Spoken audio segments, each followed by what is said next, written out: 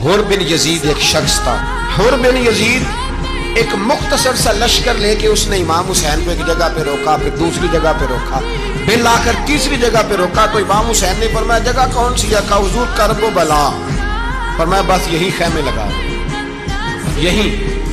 حضرت سیدہ زینب نے پوچھا امام حسین سے کہ سارے زمانے نے روکا ہے, ٹھیک ہے آپ حق پہ ہیں, یہ بھی سب نے کہا آپ حق پہ ہیں, پر روکا بھی سب نے, آپ روکے کیوں نہیں؟ ابن کثیر اور ابن اسیر لکھتے ہیں امام حسین رو پڑے, کہنے لگے بہن میں رک جاتا پر میں نے رات کو نانا مصطفیٰ کو خواب میں دیکھا.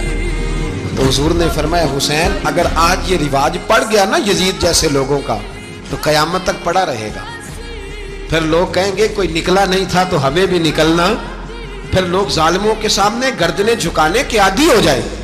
میں کہتا رہتا ہوں, کہہ رہا ہوں, کربلا کی جنگ کفر اسلام کی جنگ نہیں, کفر اسلام کی جنگ نہیں کربلا کی, کیونکہ یزید تو بڑا پکا نمازی تھا, خطبہ دیتا تھا. وہ تو جب امام حسین رضی اللہ تعالیٰ عنہ نے کربلا کے میدان میں جمعے کا دن تھا تو یزید کے سامنے کو بات کرنی شروع کی, عمر بن سعد کے سامنے. تو عمر بن سعد کہنے لگا حسین زیادہ باتیں نہ کر, ہمارا جمعہ لیٹ ہو رہا ہے, جنگ کے لیے تیار ہو, فٹافٹ آ. اہل بیت نبوت کو قتل کریں گے اور قتل کے بعد پھر نماز پڑھیں گے اور پھر کہیں گے اللہم صلی علی محمد وعلی آل محمد, اسی نماز میں پھر درود بھی پڑھیں گے. یہ کیسا مرتبہ ہے, کیسا انداز ہے, دوستی قاتل سے بھی مقتول سے یارانہ بھی. امام حسین نے حر بن یزید امام حسین سے کہنے لگا مجھے حکم ہے آپ کو روکنے کا, آپ آگے نہیں جا سکتے. امام صاحب نے فرمایا وجہ زمین اللہ کی ہے. اس نے کہا آپ بیعت نہیں کر رہے, یزید کی حالات آپ کے حق میں درست نہیں ہیں, آپ نہیں جائیں گے. امام روک گئے. ظہر کی نماز کا وقت ہوا تو حضرت علی اکبر امام حسین کے بڑے صاحبزادے انہوں نے اذان ظہر پڑھی تو حر بن یزید کے لشکر نے امام حسین کے پیچھے نماز ادا کی. کہا بھئی تم مقابلے میں آئے ہو, نماز پیچھے پڑھتے ہو؟ کہا حضور مقابلہ تو تلواروں سے کر رہے ہیں پر ہمارا دل تو مانتا ہے نا کہ مصطفیٰ کا نواسہ بڑی شان والا ہے. حر بن یزید نے 3 نمازیں لشکر سمیت امام حسین کے پیچھے پڑھی ہیں, 3 نمازیں, ظہر اثر اور مغرب. پھر امام حسین کے سامنے شرائط پیش کی کہ آپ کو یہاں گھیر لیا گیا ہے, یہاں آپ بیعت کریں گے, یہاں جنگ کریں گے, 2 ہی باتیں. امام حسین نے فرمایا نہیں بھائی بیعت تو میں نہیں کرتا, اس کے علاوہ تم جو کہتے ہو میں کرنے کو تیار ہوں. اس نے خط لکھا, عبید اللہ ابن زیاد کو ایک بندہ دوڑایا پیچھے, کوفے چند میل پہ کوفہ تھا. کہا وہ نہیں مان رہے, کیا کرنا ہے؟ تو حسین ابن علی ہے, میں زیادہ دیر انہیں روک بھی نہیں سکتا. انہوں نے پیغام دیا حر بن یزید کو کہ کرنا کچھ بھی نہیں, ان کا پانی بند کر دو, بلیک میل کرو, کھانا پانی نہیں ملے گا, چھوٹے چھوٹے بچے ہیں, خود ہی مان جائیں گے. حضرت امام علی مقام کے بارے میں حر کے پاس جب یہ پیغام آیا تو حر کہنے لگا میری طبیعت نہیں مانتی حسین پر پانی بند کرو, دل نہیں مانتا. جب یہ لفظ کہے نا دوبارہ تو پھر عبید اللہ ابن زیاد نے عمر بن سعد کو 10,000 آدمی دے کے بھیجا. کہا حر بن یزید لچک دکھا رہا ہے حسین کے حق میں. 3 دن تک پانی بند رہا. 9 محرم کو عمر بن سعد نے اور لوگ بلائے. شمر ایک بڑا سخت آدمی تھا, سنگ دل بدبخت, جس نے حضرت علی اصغر کے گلے پر تیر مارا تھا, وہ اور لشکر لے کے آیا. رات کو کہنے لگا امام حسین رضی اللہ تعالیٰ عنہ سے کہ بس بڑا ہو گیا, یہ 9-10 محرم کی درمیانی رات, یہاں آپ جنگ کریں گے یا آپ بیعت کریں گے, 2 ہی باتیں.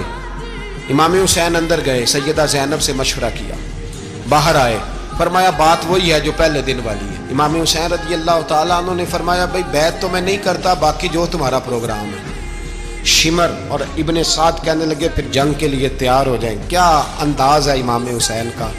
فرمانے لگے کل جنگ کروں گا, مجھے پتا تو ہے جنگ کا نتیجہ کیا نکلنا ہے, 1 رات مجھے دے دو تاکہ میں کھل کے اپنے رب کی عبادت تو کر لوں. حسین نے جانا ہے, مجھے پتا ہے کل رزلٹ 72 اور 22,000 کا کیا 1 رات مجھے دو, میں مالک سے راز نیاز تو کروں.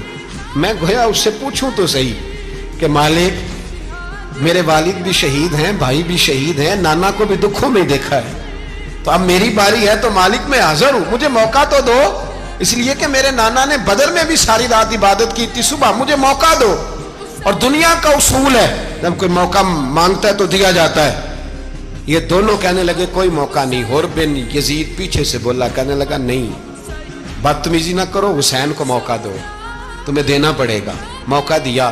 حر بن یزید نے پھر منت کی, کہا حضور آپ مہربانی کرے مان جائیں. فرمایا ماننے والا کھاتا کوئی نہیں. یہ بڑا مشکل.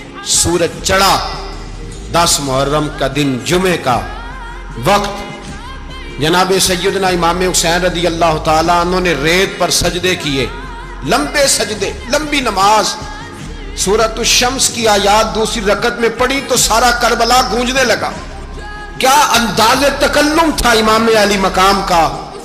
نماز مکمل ہوئی تو حر بن یزید, عمر بن سعد اور شیمر سے کہنے لگے واقعی حسین سے لڑو گے؟ پتہ نہیں کون ہے. قل لا اسالکم علیہ اجرا, تم نے نہیں پڑھا؟ الا المودۃ فی القربى, تمہاری آنکھیں بند ہیں. الحسن والحسین سید الشباب اہل جنہ, تمہیں نہیں پتا؟ کہنے لگا چپ کر, حکومت نظر آ رہی ہے. اور بن یزید کہنے لگے پھر میرا بھی فیصلہ سنو, مجھے حکومت نہیں چاہیے, مجھے جنت چاہیے. حکومت نہیں چاہیے. امام حسین کی پہلی فتح دیکھیں, حر بن یزید ایڑی لگا کے نا یزید کے لشکر سے نکل کے امام حسین کے لشکر میں شامل ہو گیا. اور پہلا شخص جس نے امام حسین کو روکا, امام حسین کے نام پر پہلا سر بھی اسی شخص نے کٹایا ہے. لیکن یزید کی قبر پہ لعنت بھی کوئی نہیں برساتا, اس کا محل تھا بہت بڑا. لیکن جب لوگ کربلا میں امام حسین کو سلام کرنے جاتے ہیں تو قدموں میں حر بن یزید کا مزار بھی بنا ہوا, اس کو بھی سلامی دی جاتی ہے. اور اب ہم اکیلا حر بن یزید نہیں کہتے, ہم کہتے ہیں حر بن یزید رضی اللہ تعالی. اب ہم اتنی تعظیم کرتے ہیں اس حر کی. جناب